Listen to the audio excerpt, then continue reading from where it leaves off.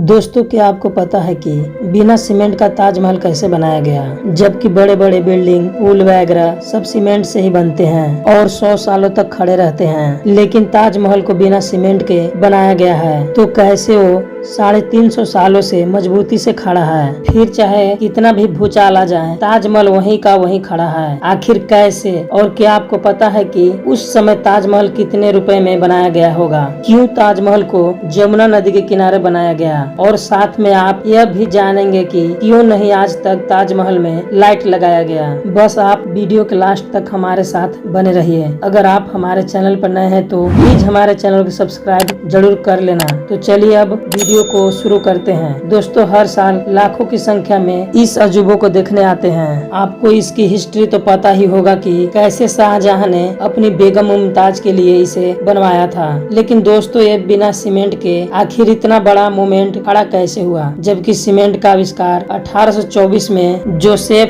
आस्पर्डिन नाम के अंग्रेज वैज्ञानिक ने किया था, जो कि इंग्लैंड में रहते थे, और इन्होंने ही दुनिया के सबसे पहला सीमेंट का कंपनी बनाया, जिसका नाम पोर्टलैंड सीमेंट था। ताजमहल का कंस्ट्रक्शन 1631 में शुरू हुआ था और 1648 में जाकर खत्म हुआ, लेकिन बिना सीमेंट के ही खड़ा हो चुका था, जिसे आज तक एक भी खरोच नहीं आई। दरअसल सीमेंट से पहले आर्किटेक्ट ने एक खास तरह के पेस्ट का इस्तेमाल करते थे, जिसमें बहुत अजीब अजीब चीजें होती थी। और अगर ताजमहल के कंस्ट्रक्शन की बात करें तो इसमें बहुत सारी सेमी प्रियसन स्टोन जैसे कि अकीक, यमनाइट, फिरोजा, लजवाट, मूंगा, सुलामिनी, लहसानिया, टमरा, ये सब पत्थर यूज होते थे, जो कि बहुत मजबूत पत्थर थे। और ये उस समय रसिया, राजस्थान, उज्बेकिस्तान, ईरान, इजराइल, इस सब देशों से मंगवाए गए थे। इसमें कुछ अल्ट्रा रेयर स्टोन भी यूज हुए थे, जैसे कि तेलाई, पाइजहार, अजूबा, नखोड़, जो कि इतने रेयर हैं कि पता नहीं शाहजहां ने इसे कैसे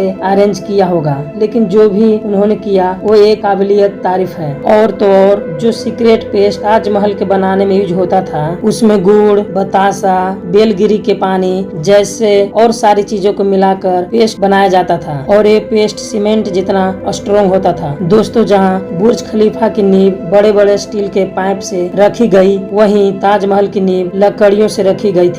अब कहीं आप ये तो नहीं सोच रहे हैं कि भला लकड़ी की नींव 350 साल से कैसे चल आ रही है? दरअसल इसमें सबसे बड़ा रोल जमुना नदी का है। जमुना नदी ताजमहल को सिर्फ अच्छा व्यू नहीं देती, बल्कि जमुना नदी न रहे तो ताजमहल गिर भी सकता है। इसमें होता यह है कि पहले के इंटेलिजेंट लोगों ने इसमें ऐसी लकड़ी का इस्तेमाल किया जिसमें चाहे जितना भी पानी लगता रहे, वो लकड़ी और भी मजबूत होती चली जाएगी, वरना बाकी लकड़ियों नमी की वजह से खराब हो जाती है। और यही वजह है कि ताजमहल के खड़ा रहने में जमुना नदी का बहुत बड़ा हाथ है। और यदि जमुना नदी सूख गई तो ताजमहल भी उसके बिना खड़ा नहीं रह पाएगा। अब दोस्तों, आपने देखा होगा कि ताजमहल के आसपास के चारों मीनार एक दूसरे के परपेंडिकुलर खड़े नहीं हैं। मतलब ये कि वे सीधे खड़े नहीं हैं, पर ऐसा जानबूझकर किया गया था। दरअसल ऐसा इसलिए किया गया कि कभी जोर का भूकंप आता भी तो वो चारों मीनार ताजमहल से दूर गिर जाए, और इस तरह के भूकंप के झटके ताजमहल तक पहुंचने से पहले इन मीनारों में ही ऑब्जर्व हो जाए, और इस तरह इस पर भूकंप का कोई असर नहीं होगा और वो सुरक्षित बच जाएगी। अब दोस्तों, बात करते हैं कि ताजमहल को उस समय बनाने में कितना खर्चा आया होगा। आप जानते हैं कि उस समय 1 रुपए की कीमत भी बहुत ज्यादा होती थी, लेकिन आज की स्थिति से देखा जाए तो